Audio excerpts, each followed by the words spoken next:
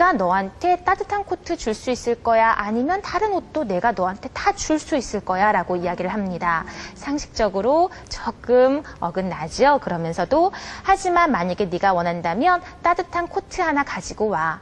그리고 내용이 끝이 났어요. 그러면 좀 부족한 게 보이시죠? 그래서 이런 경우에 내용적인 측면에서 또 감점이 될 수 있다는 거 그렇게 봐주시면 되겠고요.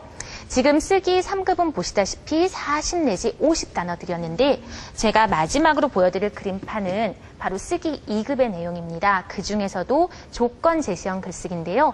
단어 수가 조금 늘었죠. 2배 가까이 늘었습니다.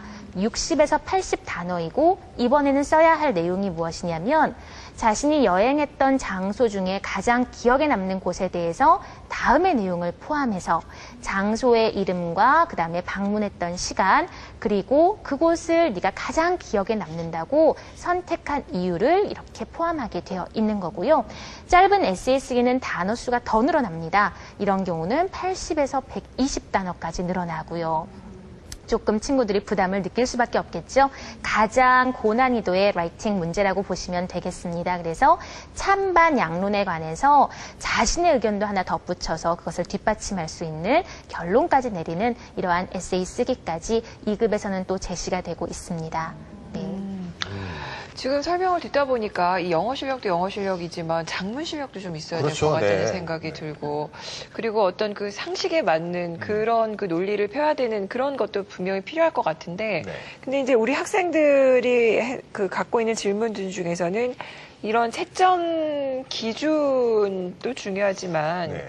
이게 과연 이제 공정하게 채점이 될 것인가에 대한 의구심을 많이 갖고 있는 것 그렇죠. 같아요. 네. 그러니까 지금 말씀하신 이것을 채점자의 그 기준이나 어떤 그 생각에 따라서 다르게 또 결과가 나올 수도 있지 않을까 하는 그런 우려도 좀 있는 건 사실이거든요. 그런 채점, 소위 채점의 신뢰성에 대한 이제 하나의 네. 우려인데요.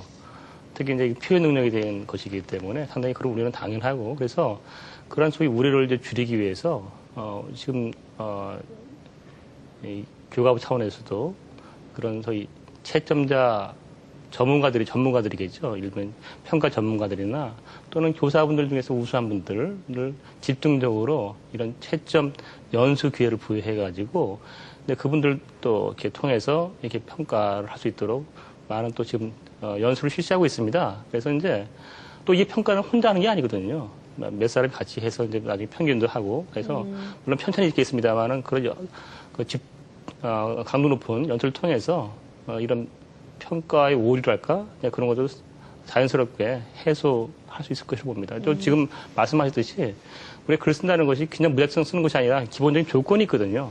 그 조건에 맞춰 쓰는 것이기 때문에 네. 그 조건들이 하나의 채점 기준이 되기 때문에 크게 벗어나지 않으려 봅니다. 그리고 아까 말씀하셨듯이 이 글쓰기에 크게 한 평가의 쓰기 평가의 요소가 과제 완성, 내용, 그다음에 장르가 있죠, 장르.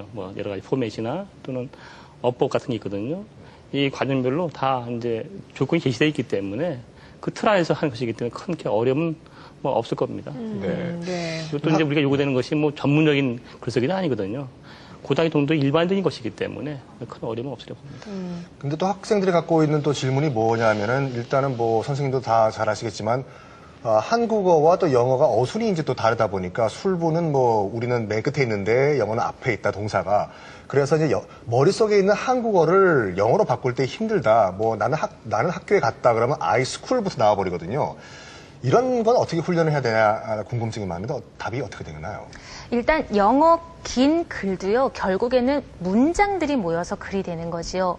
그럼 그 문장은 뭐가 모여서 문장이 되는 것이냐면 단어가 모여서 문장이 되는 것인데 문제는 이 단어의 순서 배열입니다. 정말 말을 하거나 글을 쓸 때도 어떤 말을 먼저 해야 될지 그게 헷갈리는데 그 틀을 잡아주는 것이 일종의 뼈대 역할을 하는 것이 어법이 되는 거지요.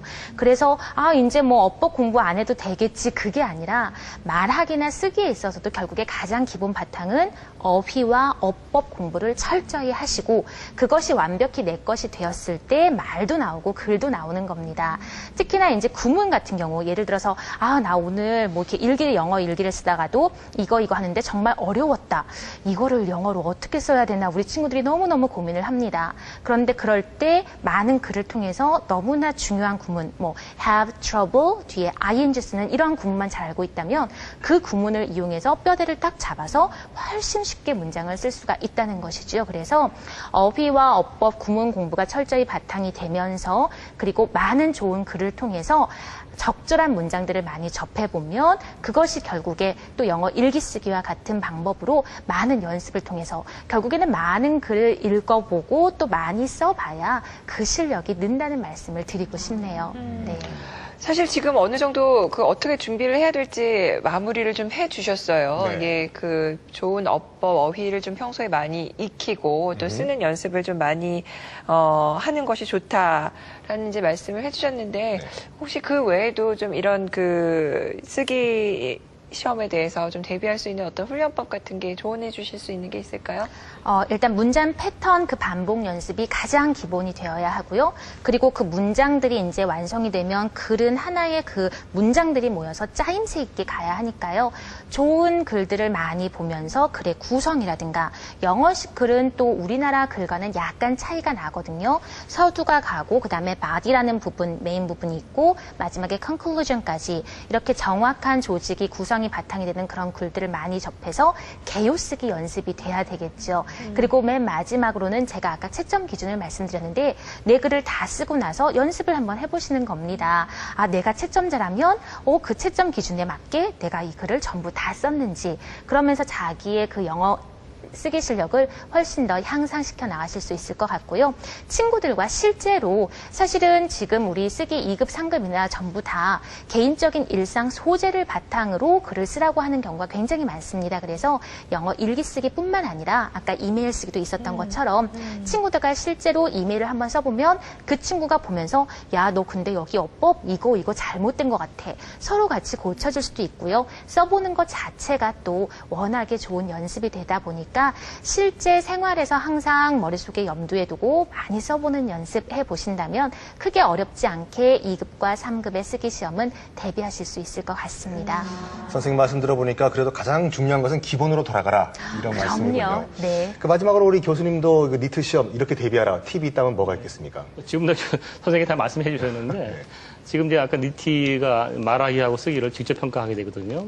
그래서 아까 이게 엄청난 변화인데 그러니까 지금 이제 그동안 학교 영어 교육이 이해 그 기능, 듣기하고 그다음에 또 읽기 위주로 돼 있었는데 앞으로 이제 쓰기하고 말하기 표현 기능을 해야 되거든요. 그러니까 아웃풋을 만들어내야 됩니다. 이것은 그 학교 교육에서 적극적으로 이제 교육하지 않으면 아이들이 학습할 수 없는 것이죠. 그래서 아마 당연히 자연스럽게 이제 학습을 되겠습니다만은 아이들이 아웃풋을 할 수 있는 기회를 많이 말하고 많이 쓸 수 있는 기회를 학교 현장에서부터 많이 제공해줘서 아이들이 자연스럽게 그런 표현 기능에 노출될 수 있도록 해주는 게 중요하다고 봅니다. 네.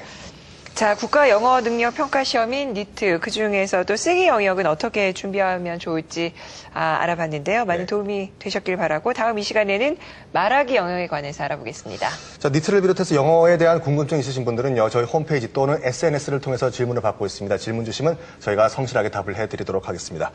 자, 이제 함께 해주신 분들과 여기서 인사를 나눠야 되겠는데요. 네, 감사 말씀드리겠습니다. 예. 감사합니다. 자, 토크앤 이슈 이제 마칠 시간인데요. 내가 좋아하는 사람이니까 나한테 이렇게 해줬으면 하고 바라기보다는 내가 그 사람한테 이렇게 해줘야겠다라고 생각하는 게 먼저라고 하는데 사실 쉽진 않죠. 네, 요즘 제가 몸으로 느끼고 있는데요. 좋아하는 만큼 바라는 것도 많고 바라는 게 많으니까 매일 싸우게 되더라고요. 네. 자, 벌써 12월입니다. 아유, 시간 정말 빨리 가죠. 그렇죠, 네. 예, 이제 크리스마스도 있는 그 달이 됐는데요.